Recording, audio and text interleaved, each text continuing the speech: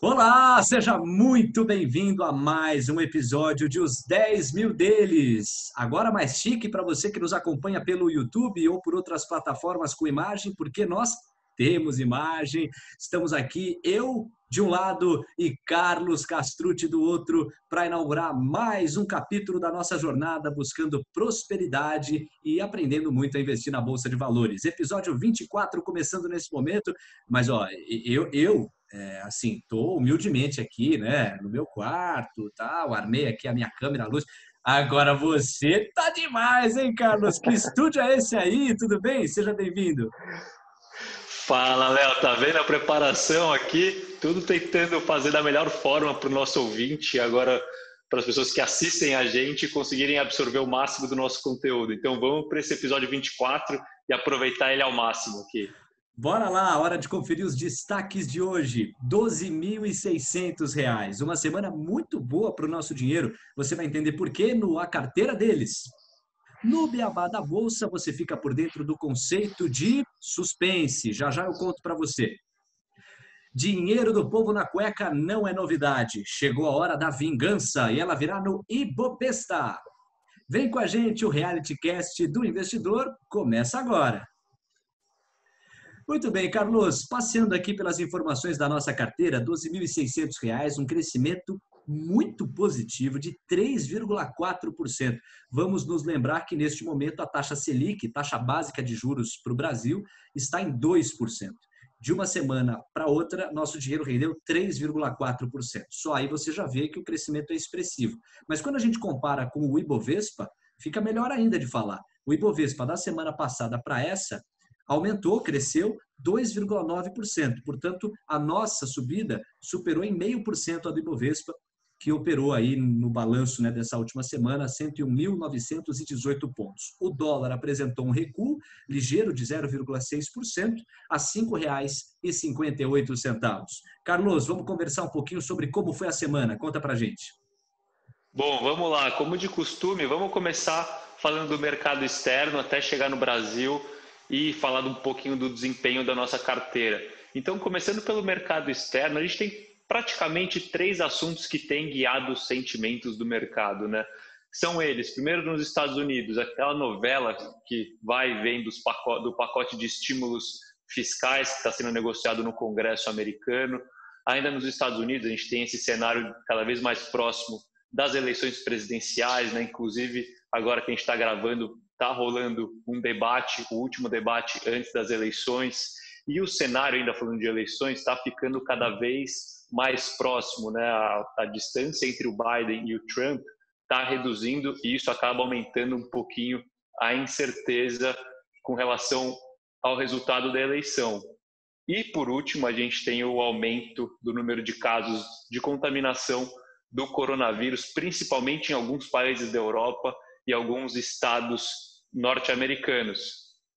E com isso, o que acontece? A gente está com um sentimento relativamente negativo nas bolsas estrangeiras. Então, aquele Stocks 600 que eu comentei no episódio anterior, que é um índice que reflete as principais bolsas da Europa, caiu mais ou menos 1%, o S&P também caiu 1%. Então, a gente teve um mercado relativamente negativo lá no exterior. É interessante, aprofundando um pouco dos tópicos que você trouxe. Primeiro, eleições dos Estados Unidos, economia mais forte do planeta. O mercado já vinha precificando uma vitória do Joe Biden na medida que ele aumentava a vantagem frente ao Trump. E a última semana, essa especificamente, que vai ser coroada com o debate decisivo na corrida eleitoral por lá, vem mostrando, pelo menos as últimas evidências, que o Trump esboça uma reação. E, naturalmente, que o mercado acompanha isso e começa também a projetar um cenário em que o Trump passa a ser um candidato mais competitivo. Como essa conta vai fechar, o futuro dirá. Mas o fato, até especula-se isso, é que caso a eleição tenha uma margem muito estreita na vitória por parte de Joe Biden, ao contrário do que semanas atrás as pesquisas sinalizavam, isso poderia legitimar uma reclamação, a reivindicação de fraude por parte de Trump, que teria uma vantagem na Suprema Corte norte-americana. Portanto, em teoria, o mais alto grau, nível no judiciário a seu favor. Isso também começa a ser discutido como uma das possibilidades de instabilidade que essa corrida eleitoral pode significar, a gente fica ligado. Agora, Carlos, você sempre ensinou a gente que a roda econômica, no seu sentido mais puro e simples, depende de 3 ingredientes: trabalho, renda e consumo. Esse pacote fiscal, que tem muitos dólares envolvidos, caso aprovado, ele pode lubrificar essa engrenagem e fazer com que esse ciclo flua de uma maneira mais eficaz?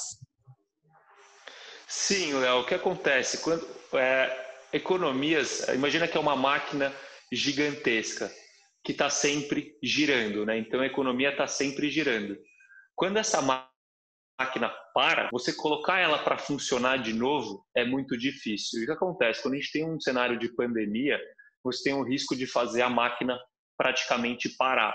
E esses estímulos, eles servem basicamente para quê? Para não deixar a máquina econômica parar, entendeu? Porque se ela parar, a retomada se torna muito difícil. Então esses estímulos são super importantes para que você mantenha a máquina rodando até que a situação se normalize e os impactos econômicos para a sociedade de uma forma geral sejam minimizados. Vamos dar um pulo aqui no Brasil. A gente fala dos Uhum. destaques que chamaram a atenção do país. É com você, Carlos. Bom, Brasil a gente também tem novela que é com relação às sinalizações de responsabilidade ou não do ponto de vista fiscal do país, né? E essa semana foi positiva nesse aspecto. Então a gente teve o presidente da Câmara, o Rodrigo Maia, sinalizando positivamente, dizendo que não vai estender o estado de calamidade do Brasil, né? Que é quando você consegue gastar além do que pode. A gente teve uma sinalização do Senado de que deve começar a discutir projetos que são importantes para o país, como a autonomia do Banco Central e o marco legal do gás. Então, tudo isso trouxe, de certa forma, um otimismo com a responsabilidade fiscal do país. Isso sinaliza, de certa forma, que os políticos talvez vão andar em prol da responsabilidade fiscal. E com isso, a gente teve uma bolsa positiva essa semana, bem positiva, né? A bolsa subiu 2,9%. E quando você pega um cenário negativo exterior, com, por exemplo, o S&P caindo 1,1%, você vê que é uma diferença aí para o Brasil de 4%, ou seja, o otimismo aqui melhorou. Isso a gente pode ver com um leve recuo do dólar também. A taxa de juros de longo prazo caiu para um patamar abaixo de 8%, depois de algum tempo nesse patamar elevado. Então, a princípio, as coisas aqui estão melhorando, mas ainda é aquele negócio, né? É especulação política que vai e volta. Então, você nunca deve tomar decisão de investimento com base nisso, mas no curto prazo isso impacta a bolsa, não tem como negar. Sem dúvida. Carlos, eu vou aproveitar aqui essa pausa que você deu e vou pedir para você ligar sua câmera de novo. Você é um artista muito requisitado, direito de imagem, eu sei como é que é. Sua câmera fechou porque, de repente, o empresário não autorizou tanta exposição assim, mas a gente vai pedir para sua câmera abrir novamente. Ela foi fechando enquanto você estava raciocinando e trazendo essas questões internas. Enquanto a gente ajeita a sua câmera, eu estava lendo hoje um dado que me chamou muito a atenção. O Brasil teria investido 10% do seu PIB para, com as medidas emergenciais, fazer com que a roda econômica girasse. E isso tem um lado difícil do ponto de vista fiscal, necessário do ponto de vista humano, social, econômico, mas difícil do lado fiscal, que faz com que o endividamento público, que já estava praticamente em 70%, 75% do PIB, avance rumo a 85% do PIB. Então, daí que esse debate em torno da disciplina fiscal é ainda mais caro ao investidor, né? O investidor precisa ter essa sinalização de que o governo brasileiro está comprometido com a boa administração dos recursos públicos. Do contrário, investir no Brasil passa a ser perigoso demais, né, Carlos? Sim, Léo, totalmente. Então, assim, essa sinalização de responsabilidade fiscal, ela sempre traz muitos benefícios, principalmente nessa parte de imagem, né? O mercado, querendo ou não, ele é muito pautado na confiança. E quando a gente não tem a confiança do investidor, o dinheiro não vem, o mercado fica pressionado. E a partir do momento onde você começa a mostrar que você é responsável, né? Essa confiança tende a ser retomada e com isso os investidores podem acabar voltando para o mercado. E aí até eu queria acrescentar aqui um sentimento que eu tenho tido para o mercado no final do ano, com base em algumas evidências que eu venho analisando, que eu acho que é interessante compartilhar com o público se você estiver de acordo aqui, Léo. Claro. Bom, o que acontece? Agora a gente está quase terminando o ano, né, da Bolsa, depois de todos esses empecilhos do coronavírus, de pandemia. E quando a gente olha para o mercado externo, principalmente para os Estados Unidos, as bolsas lá estão em níveis superiores aos níveis pré-pandemia. Na Europa, a gente está com bolsas muito próximas do patamar pré-pandemia. E quando a gente olha para a bolsa brasileira, o que acontece? A gente está mais ou menos 20% abaixo da máxima da bolsa doméstica. Além disso, a gente está com um cenário de dólar muito forte contra o real. Então, quando você olha a bolsa brasileira em dólares, a desvalorização desde o seu ponto máximo desse ano já está quase na casa de 40%, para ser mais preciso, 37,5%. O que acontece? Isso aqui tudo eu estou trazendo uma linha de raciocínio para chegar na minha conclusão, tá? Nesse meio tempo, um dos grandes impactos na Bolsa Brasileira veio da retirada do capital do investidor estrangeiro. Uma parte por causa dessa questão da confiança com relação à responsabilidade fiscal e outra porque, assim, quando o mercado entra num modo de aversão ao risco, a primeira coisa que os fundos vendem, né, por política de risco, são os mercados mais arriscados e quando a gente fala de investidor estrangeiro, ele olha o Brasil como mercado emergente e, por consequência disso, um mercado arriscado. Então, com isso, os investidores estrangeiros tiraram 65 bilhões da Bolsa Brasileira nesse ano. Isso quando a gente considera mercado primário e mercado secundário. Quando a gente considera só o mercado secundário, que são as negociações diárias de bolsa, esse valor é de 85 bilhões de reais, tá? E agora a gente vem para o cenário atual. Então, a gente tem Bolsa Brasileira ainda bastante deprimida, principalmente em dólar. A gente tem o investidor estrangeiro subalocado em Brasil. A gente tem as bolsas americanas relativamente caras, né? Comparado com a Bolsa Brasileira, por exemplo. E quando a gente olha para os impactos do coronavírus nos resultados das empresas, é muito provável que os impactos nas empresas brasileiras seja igual ou de menor magnitude do que os impactos nas empresas americanas. Então, elas por elas, se você considera a pandemia, você vai ver que as empresas brasileiras não sofreram tanto assim para justificar uma bolsa brasileira abaixo dos níveis de uma bolsa americana, quando a gente compara com o topo, é claro, né? Eu estou falando de preços, né? Bom, e com tudo isso somado, o que eu acredito? Eu acredito que a gente pode ter um movimento de entrada, de reentrada desses investidores estrangeiros, desse dinheiro que saiu na Bolsa Brasileira, porque o dinheiro está sempre procurando oportunidades de rendimento alto. E quando você vê essa discrepância na Bolsa Brasileira, é provável que isso seja, que as pessoas enxerguem isso como uma oportunidade. E caso esse dinheiro entre, é provável que a Bolsa Brasileira surfe um rally, aqueles famosos rallies de fim de ano, onde ela volte a buscar ali esses 115, 120 mil pontos do início do ano e num espaço curto de tempo, né?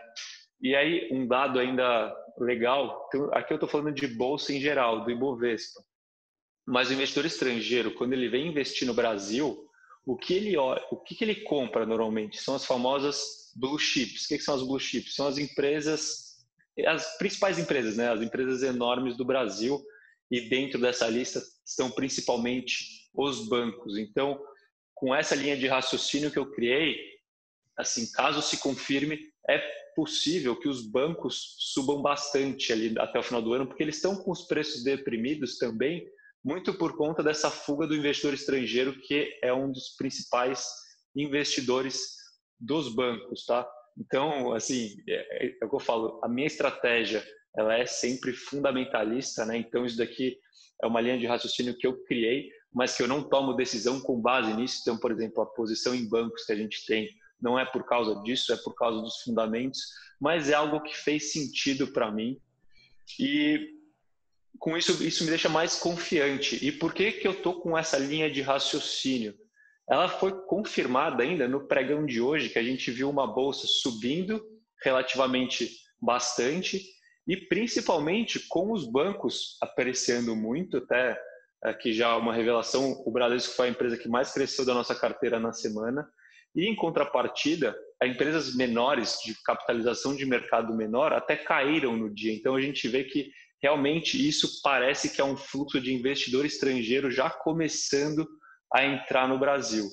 Mas é que eu já deixo uma mensagem que vale enfatizar: isso não faz parte da minha estratégia, isso é mais um feeling do que algo assim palpável que eu tenho. Então, quem está ouvindo ou assistindo esse episódio, por favor, não tome decisões de arriscar o seu dinheiro baseado nesse feeling. Isso é mais uma visão de mercado que eu tenho até o final do ano, e que depende de muitas variáveis, né? Que eu estou considerando, por exemplo, que o mercado americano vai se manter nesse patamar. Se a gente tiver, por exemplo, uma tendência de baixa no mercado americano até o final do ano, toda essa tese que eu trouxe cai por terra. Mas fica aí meu palpite para o final do ano, que talvez a gente tenha um rally na Bolsa.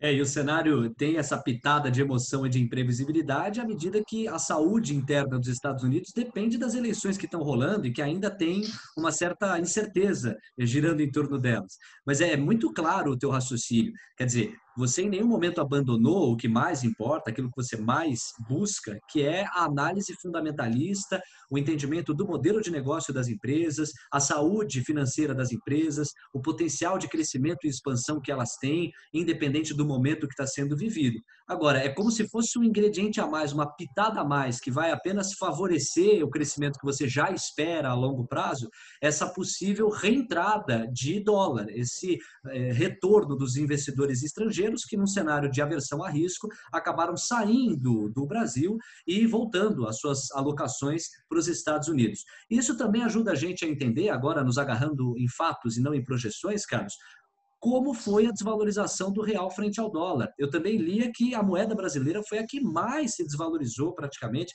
em relação ao dólar. E eu acredito que um dos combustíveis que mais inflou esse resultado foi justamente a saída desses dólares do país. Você diminui a oferta de dólar interno aqui no Brasil, aumenta então o preço do dólar para que os brasileiros possam comprar. No momento em que você vê que o meu convidado é uma pessoa, vamos dizer assim, é difícil, né? Tem que negociar. A câmera, de novo, do menino já fechou, do tipo, não explorem a imagem dele assim. Não, mas faz parte, ele faz parte aqui do projeto, poxa, eu vou negociar depois com o empresário, porque desse jeito não dá. Daqui a pouquinho a gente, pronto, está de volta aí a imagem do Carlos, a gente já consegue vê-lo novamente, está aí, todo pomposo. Aliás, deixa eu falar, Carlos, enquanto você me confirma essa hipótese da valorização forte do dólar frente ao real em cima dessa saída que eu levantei aqui, depois você me fala qual que é o nome desse touro que está aí, que ele é carismático, eu gostei, viu? Esse tourinho aqui, ó, é o que vai fazer nossa carteira subir aí no longo prazo. E mercadinho de alta, atacando para cima, lembra? Lembra, o touro, né, ataca de baixo para cima. Por isso que a galera no mercado financeiro costuma usá-lo como imagem para subidas, busca de aumento aí dos valores, de valorização dos papéis. Essa perspectiva que eu lancei aqui sobre a valorização forte do dólar frente ao real dialoga diretamente com essa saída de dólar, né, Carlos? Diminui a oferta, aumenta o preço da moeda estrangeira aqui no país, né? Sim, sim, esse é um dos grandes fatores que tem, né? Existem outros fatores, são várias variáveis que influenciam no dólar, mas essa saída de dinheiro da Bolsa, é claro que é um desses fatores. Você para pensar, são 65 bilhões de reais, é bastante dinheiro, né? Então, com certeza, isso trouxe um impacto relevante para a cotação do dólar quando a gente compara com o real. E caso esse dinheiro volte, é provável que tudo mais constante, né? Claro, sempre tem esse parênteses, o dólar tenda a cair um pouco também até o final do ano, se esse movimento que eu comentei agora há pouco se concretizar. E a gente passa agora pelas empresas que mais se destacaram essa semana. O Carlos chegou a antecipar que a maior subida foi do Banco Bradesco. E que subida, hein, Carlos? Um aumento de praticamente 10%, 9,5% a valorização que os papéis do Bradesco obtiveram da semana passada para essa.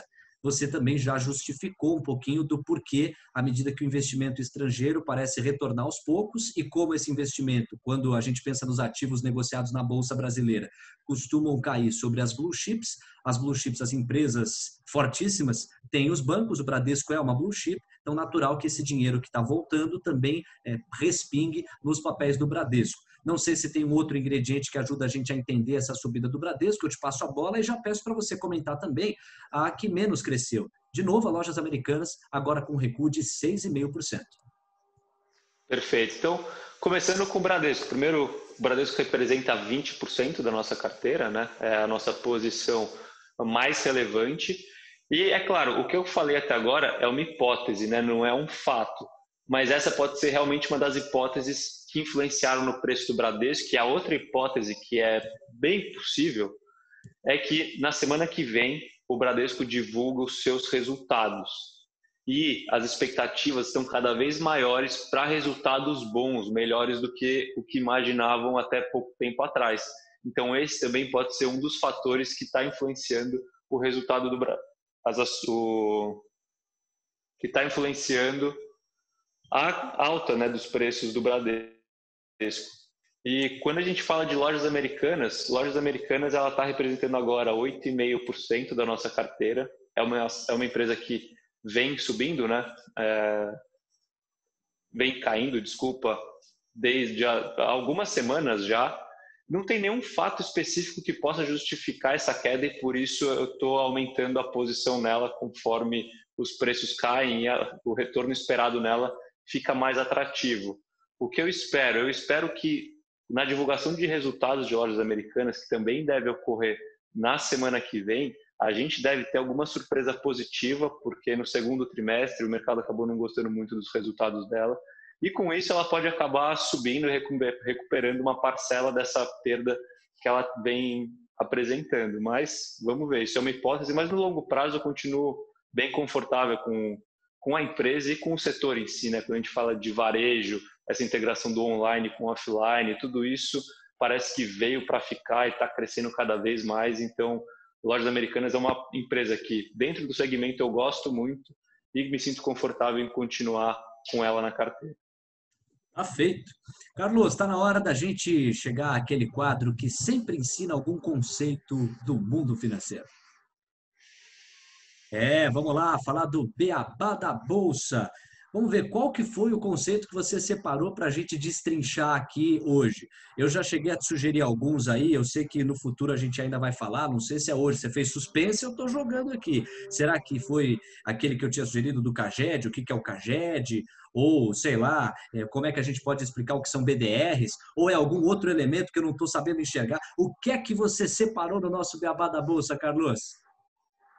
Eu acho que o que a gente pode falar hoje, Léo, é da diferença entre mercado primário e mercado secundário, que foi uma coisa que eu citei quando eu falei da saída de capital estrangeiro da Bolsa Brasileira. O que você acha?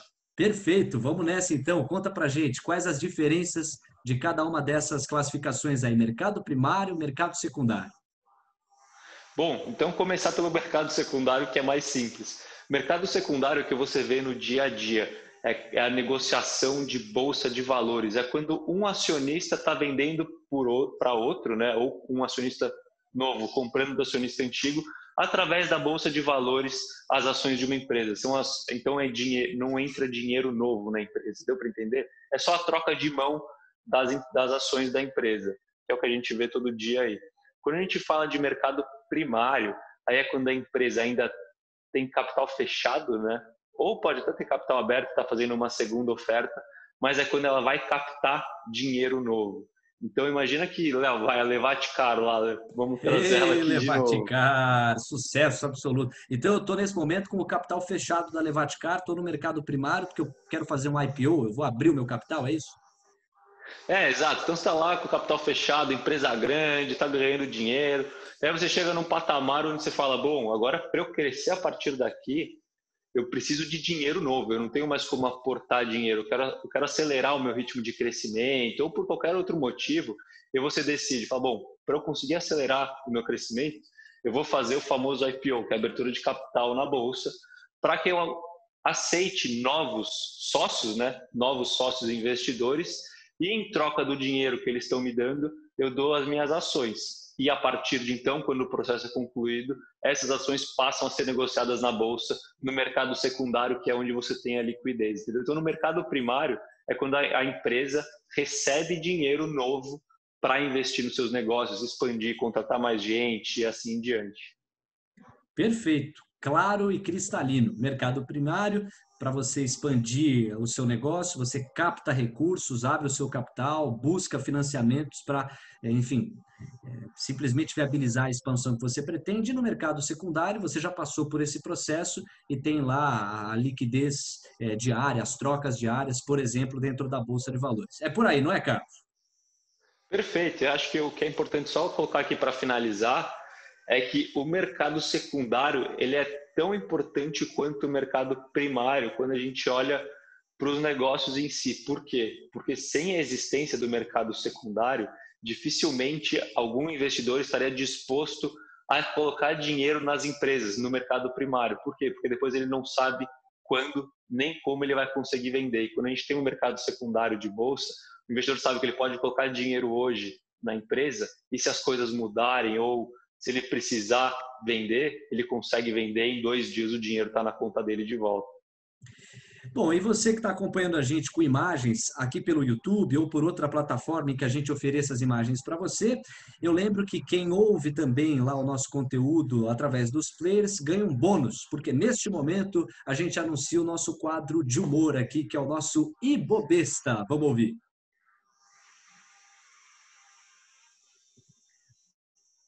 Você que segue com a gente aqui, então, com imagens, viu que de novo a câmera do Carlos deu aquela fechada, eu já falei, é um rapaz de alto passe, então não é sempre que a câmera dele estará aberta, faz parte aí das nossas negociações. Para o próximo episódio, nós negociaremos um contrato que permita que a câmera dele permaneça aberta o tempo todo. Vamos voltar aqui a trocar uma ideia com ele agora para a gente finalizar esse nosso episódio 24, que passou muito rápido. Carlos, agradecendo aqui a todos que ficaram conosco. Semana que vem estaremos de volta, episódio 25 na cabeça. Eu lembro que lá no @os 10 mil deles, numeral 10, você acompanha vários conteúdos especiais que a gente oferece, que a gente mostra para você, e ainda fica por dentro de educação financeira todo dia, não só quando a gente lança o episódio. E, além de tudo, acima de qualquer coisa, você também fica com a criatividade e as estratégias do nosso Matia Mistro, que é quem coordena e encabeça aí a movimentação nas nossas mídias digitais, com o auxílio do Matheus Fernandes. E eu lembro que a produção de conteúdo aqui tem o suporte do Caio Melo. Carlos, estreamos bem, adorei o seu estúdio, achei bacana demais aí, achei tudo muito bem feito. Eu sei que o Matia Mistro deu uma força aí, tem que parabenizar o menino, foi bem. E eu gostei desse touro aí, espero que ele só jogue para cima a nossa grana, o nosso patrimônio. É isso, semana que vem ele vai ter nome, né? Vamos pensar num nome legal para ele aí, para ver se ele dá uma sorte para a gente. Sabe que você me deu uma ideia agora? Vamos pedir para o nosso público determinar o nome dele? Vamos fazer essa? O Matias joga nas redes sociais essa semana aí, tenho certeza, com o Matheus Fernandes. Quais será que serão as sugestões? Eu estou até com medo do que vai vir. Valeu, Carlos. Um abraço para você. Até uma próxima. Valeu, Léo. Tamo junto. Vamos lá semana que vem. Independente do que acontecer, estaremos aqui explicando. Espero que com outra alta, principalmente se for puxada pelos bancos, que aí tem um sabor especial. E é isso, Léo. Tamo junto, até semana que vem. Ouvinte e agora telespectador, muito obrigado. Um abraço. Valeu, um abraço, gente. Tchau.